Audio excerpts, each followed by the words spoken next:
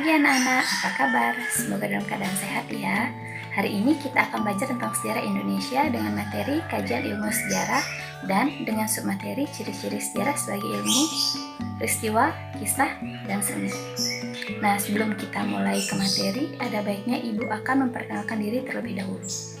Perkenalkan, nama Ibu adalah Liputu Winda Priyadewi. Baik, kita akan lanjutkan ke materi. Ilmu pengetahuan sejarah mulai berkembang pada abad ke-19. Pengetahuan tersebut meliputi kondisi masa manusia yang hidup pada suatu jenjang sosial tertentu.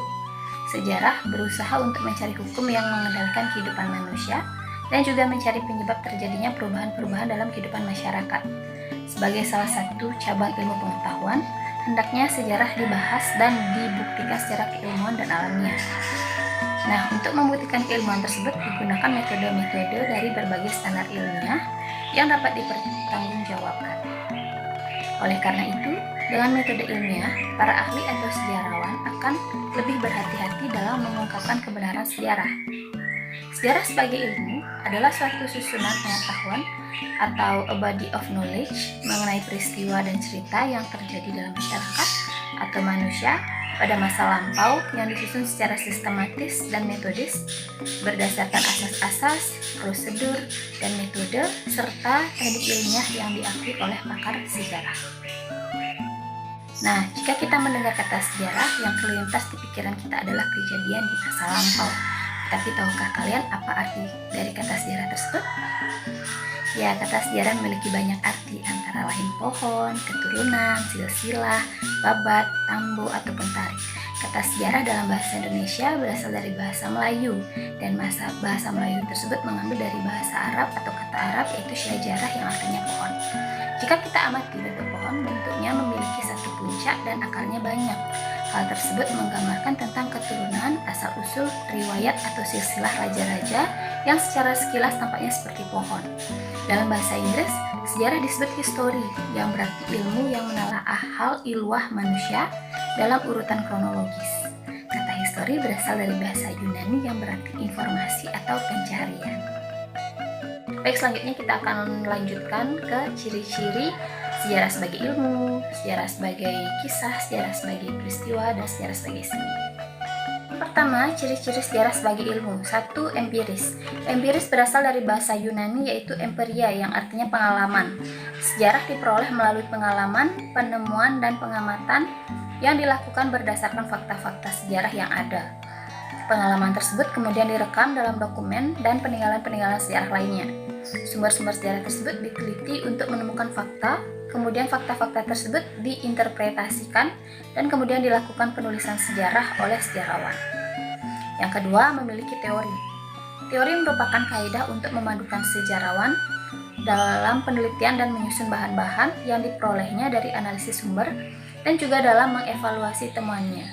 Dalam penelitian dan pengembangan ilmu pengetahuan, teori merupakan salah satu alat terpenting. Tanpa adanya teori, tidak ada ilmu pengetahuan.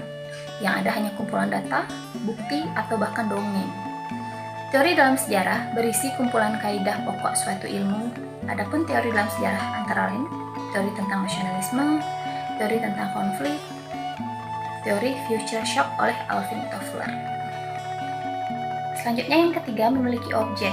Objek dalam sejarah diartikan sebagai suatu yang dikaji oleh ilmu. Objek ilmu sejarah sendiri adalah kejadian masa lampau. Objek yang dipelajari oleh sejarah sebagai ilmu adalah manusia dan masyarakat yang menekankan sasarannya kepada manusia dalam sudut pandang waktu dan lebih khusus lagi waktu yang sudah berlalu. Yang keempat, mempunyai generalisasi. Sama seperti ilmu lainnya, sejarah sebagai ilmu juga memiliki kesimpulan. Kesimpulan umum dalam sejarah diperoleh setelah sejarawan melakukan serangkaian penelitian dan rekonstruksi sejarah. Kesimpulan sejarah berbeda dengan ilmu lainnya. Ilmu sejarah bersifat ideografis atau unik dan khusus, sedangkan ilmu lainnya bersifat nomotetis yang kebenarannya berlaku secara umum. Yang kelima, memiliki metode. Metode sejarah meliputi pengumpulan, heuristik, mengadakan penilaian sumber, kritik atau verifikasi, penafsiran data, interpretasi, dan penyajian dalam bentuk cerita sejarah. Historiografi. Sejarah sebagai ilmu pengetahuan dibahas serta dibuktikan secara keilmuan dengan metode-metode dan berbagai standar ilmiah sehingga seorang sejarawan akan lebih berhati-hati dalam mengungkapkan kebenaran sejarah dan bisa mempertanggungjawabkannya. Yang kedua, ciri-ciri sejarah sebagai peristiwa.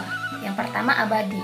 Peristiwa sejarah merupakan peristiwa abadi karena peristiwa tersebut tidak dapat berubah-ubah dan dapat dikenang sepanjang masa. Yang kedua, unik. Peristiwa sejarah merupakan peristiwa yang unik karena peristiwanya tidak sama dengan peristiwa lainnya dan tidak dapat terulang kembali.